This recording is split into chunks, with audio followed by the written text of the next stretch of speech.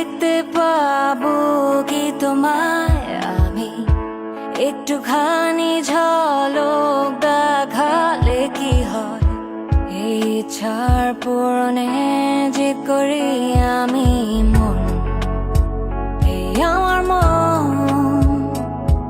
অবুঝ স্পন্দন। মন, এই আমার মন অবুঝ সারাক্ষণ তোমার অপেক্ষায় আমি বসে থাকি। আজ রাত্রিরে কি আসবে তুমি?